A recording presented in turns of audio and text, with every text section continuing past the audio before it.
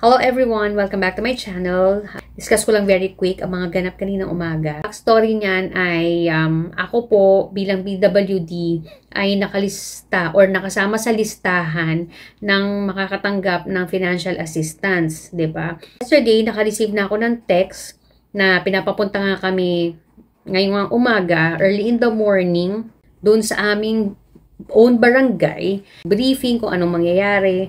Tapos nag-organize sila ng transportation para dalhin kami doon. So, dalawang sasakyan yon, mga magkakasamang senior citizens, PWD, at mga solo parent. Nung pagdating namin doon sa Barangay Santa Ana, nandun din naman yung mga taga-ibang barangay ng San Mateo, Rizal, para makatanggap nga rin ng financial assistance. Pangunguna ito, or this is a project of Senator Bato de la Rosa. So, nandun ang kanya mga office staff, nandun din ang representative ng aming LGU, and nandun din ang DSWD na silang nagbigay ng tinatawag nila ay payout.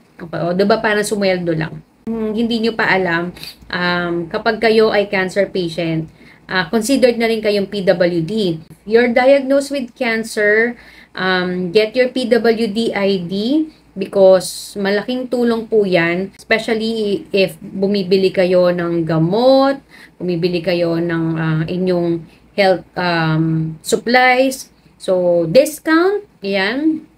And yan, yung mga ganyan, mga financial assistance, kasama po kayo dyan.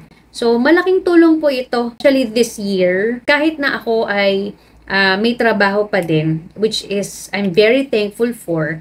Sometimes, kinakailangan kong lumiban. When I was doing the conventional treatment, ang dami ko pong araw na iniliban sa aking trabaho dahil nga kailangan kong magpalakas, magpagaling after the treatment.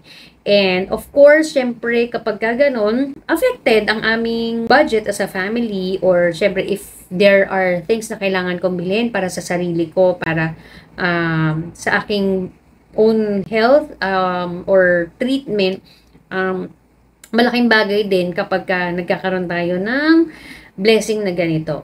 So, marami pong salamat sa aming barangay. Of course, malaking tulong din ang LGU na siya naman ding meron ding sariling programa, I believe, para sa or assistance na binibigay para sa tatlong grupo na to. Again, if you are a cancer patient, go ahead and get your PWD ID sa inyong local government para po kayo ay maka-avail ng mga discount at mga tulong na kailangan nyo sa inyong pagpapagaling.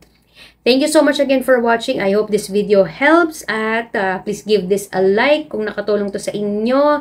And kung hindi ka pa subscriber ng channel to, subscribe now and hit that notification bell para manonotify ka whenever I upload new videos. And ayun, until my next video. Bye!